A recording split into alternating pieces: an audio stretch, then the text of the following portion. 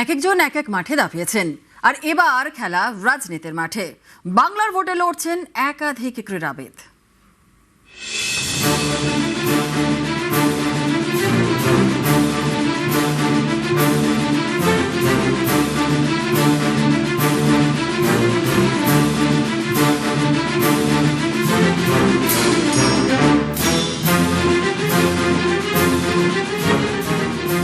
খেলার ময়দান থেকে রাজনীতির ময়দান, বুলা চৌধুরী, জ্যোতির্ময়ী শিকদার হয়ে মনোজ তিওয়ারি কিংবা কল্যাণ চৌবে।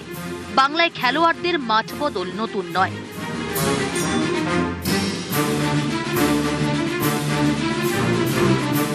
এবারও বিধানসভা ভোটে লড়ছেন বেশ কয়েকজন ক্রীড়াবিদ।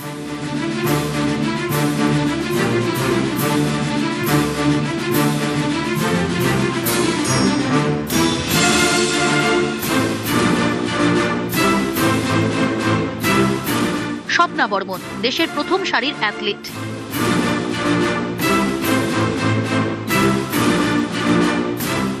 2018 এশিয়াতে সোনা জেতেন। 2022 সালে অর্জুন পুরস্কার পান। বছর 29-এর এই অ্যাথলিট এবার তৃণমূলের বড় বাজি। জলপাইগুড়ি রাজগঞ্জ কেন্দ্রে তাকে প্রার্থী করেছে শাসক দল।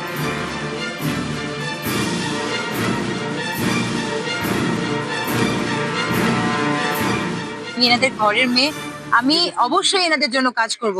তারপরেও আমি বলবো এনাদের জন্য স্পেশাল ট্রিটমেন্ট দেওয়া হয়। তবে আমি যেহেতু ঘরের মেয়ে, তার জন্য এনাদের জন্য আমি সবসময় পাশে থাকবো। এবং সরকার আমাদের মাননীয় মুখ্যমন্ত্রী মমতা বন্দ্যোপাধ্যায়, ওনাকে এবং দাদা অভিষেক বন্দ্যোপাধ্যায়কে জানাবো এখানকার মানুষের দুঃখ কষ্টের কথা। ভরত ছেত্রী ভারতীয় হকি দলের প্রাক্তন গোলরক্ষক।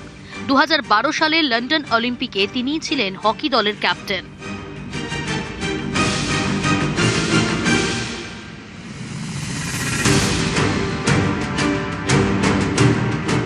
হকির মাঠ অতীত, এবার বিজেপির গোল আগলাবেন।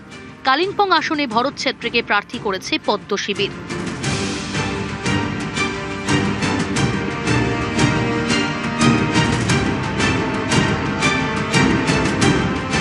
जब मैदान में उतरे तो खेल तो खेलना ही पड़ेगा, है ना। और मेरे को जो एक्सपीरियंस है स्पोर्ट्स के थ्रू, सामने वाली टीम स्ट्रांग भी हो या वीक भी हो, खेल खेल के तरह ही खेला जाता है, क्योंकि किसी को स्ट्रांग और कमज़ोर करके नहीं खेलते हैं। मैं कालिम्पोंग के लिए काम करने के लिए आया हूँ। जो भी कालिम्पोंग का जो प्रॉब्लम्स है आप लोगों को मालूम ही है क्या क्या चीज़ है, तो वो सब प्रॉब्लम्स को सॉल्व करूँगा मैं। बहुत अच्छा है सपोर्ट कि मैं गांव-गांव में घुमा हूँ, तो हर कोई बीजेपी बोल रहा है इस बार।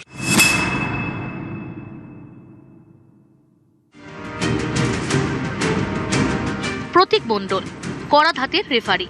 আইএসএল থেকে শুরু করে আন্তর্জাতিক ম্যাচ দক্ষ হাতে সামলান তাবর তাবর খেলোয়াড়দের।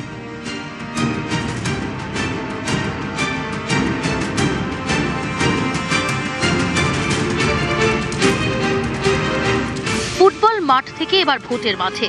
মিনাখা থেকে আইএসএফ এর টিকিটে ভোটে লড়ছেন প্রতীক মণ্ডল। প্রচারের মাঝে আইএসএল এর দুটো ম্যাচও খেলিয়েছেন।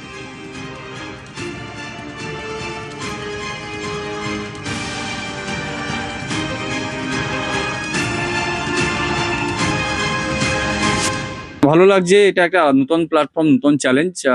ওখানে আলাদা ফিলিংস ছিল, আলাদা সবকিছু আছে।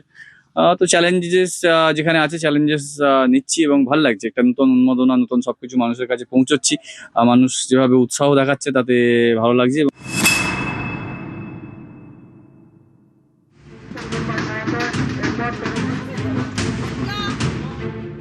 শিবশঙ্কর পাল একসময় ছিলেন বাংলার তারকা ক্রিকেটার।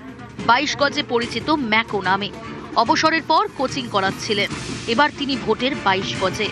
কোচবিহারের তুফানগঞ্জে তৃণমূলের প্রার্থী।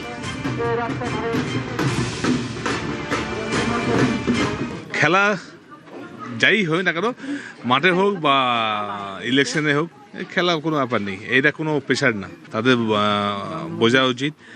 আর তুফানগঞ্জবাসী সারা দেবে। যে উনি বলেছেন যে তুফানগঞ্জে আমি ছেলেটা বহিরাগত ছেলে, যেই ছেলেটা তুফানগঞ্জ ভারতবর্ষের নাম রেখেছে যে তুফানগঞ্জ এক্সপ্রেস নামে, তাকে উনি বহিরাগত বলেছে, তার জবাব জনগণ দেবে। চেষ্টা করব 294 সিট আছে, তার মধ্যে 1 number. Ashok Dinda fast bowler. রাজনীতির 22 গজেও অভিজ্ঞতা হয়ে গিয়েছে। 2021 সালে পূর্ব মেদিনীপুরের ময়না আসন থেকে জেতেন। এবারও ময়নায় তিনি বিজেপি প্রার্থী।